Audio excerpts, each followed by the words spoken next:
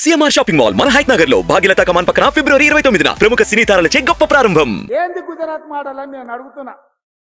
Gujarat model అయితే రైతుల ఆదాయం రెండింతలు కావాలి. గుజరాత్ మోడల్ అంటే 20 కోట్ల ఉద్యోగాలు ఇవ్వాలి. గుజరాత్ మోడల్ అంటే ప్రతి పేదవాడికి ప్రధానమంత్రి ఇల్లు కట్టించి ఉండాలి. గుజరాత్ మోడల్ అంటే సాగునీటి ప్రాజెక్టులు పూర్తి కావాలి. కానీ ఇవేవి జరగలేదు. ఇంకేం మోడలు? గుజరాత్ మోడలు. ఆ గుజరాత్ మోడల్ 10 ఏళ్ళు దేశంలో అమలు చేశారు. గుజరాత్ మోడల్ అంటే పార్టీలను చేర్చడం, ప్రభుత్వాలను బడగొట్టడం, ఎన్నికని కింద పడేసుడు, మాటినోని జైళ్ళలో పెట్టుడు. మనం మీటింగ్ ఉందంటే మనం ఎన్ఎస్సీలోనో, యూత్ కాంగ్రెస్ లోనో, మహిళా కాంగ్రెస్ లోనో, లేకపోతే ఎస్టీ డిపార్ట్మెంటో, ఎస్సీ డిపార్ట్మెంటో ముందు తోలుతాం. అరే పిల్లలు ఉరుకూరి వచ్చే వారం మీటింగ్ ఉందని. కానీ మోడీ ఎవరిని తోలుతాడా? ఈడీ వాళ్ళని తోలుతాడు, ఇన్కమ్ ట్యాక్స్ వాళ్ళని తోలుతాడు, సిబిఐ వాళ్ళని తోలుతాడు. అరే పోర్రాబాయ్ ఆ ఊర్లో వీడి నాయకులు ఉన్న వాళ్ళని తీసి కేసులు పెట్టుర్రి, మళ్ళీ తర్వాత మా పార్టీలో చేసుకుంటామని. ఇది గుజరాత్ మోడల్ అంటే.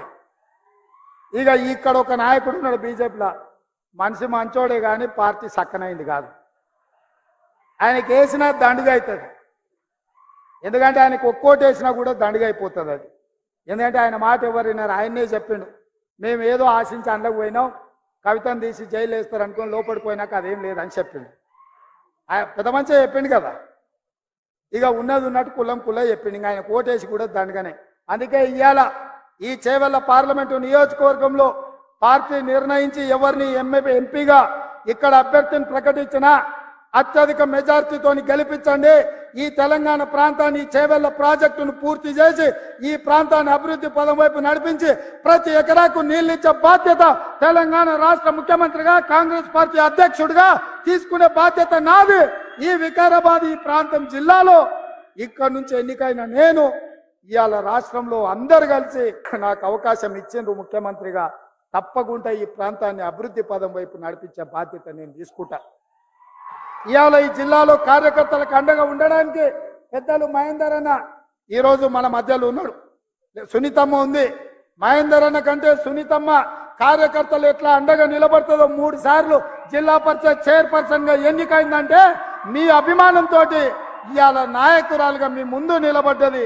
భవిష్యత్తులో రామ్మోహన్ రెడ్డితో పాటు, అదేవిధంగా పార్టీలో ప్రసాద్ గారితో పాటు, మనోహర్ రెడ్డితో పాటు మీకు మహేందర్ రెడ్డి గారు, సునీతమ్మ కూడా మీకు అండగా ఉంటారు. మాది బాధ్యత మిమ్మల్ని కాపాడుకునేది. రాబోయే స్థానిక సంస్థల ఎన్నికల్లో మిమ్మల్ని గెలిపించి కానీ ఈ పార్టీ అప్పటికి గెలిచినట్టుగా భావించదు. మీరు గెలిచినప్పుడే నిజమైన గెలుపు.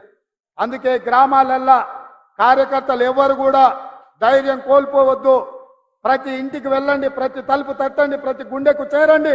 మన అభయహస్తం 6 గ్యారెంటీలను వివరించండి. ఎవరికి రాకున్నా అడిగి వాళ్ళ పేర్లు రాసుకొని వచ్చి వాళ్ళకి ఆ పథకాలు ఇప్పించండి.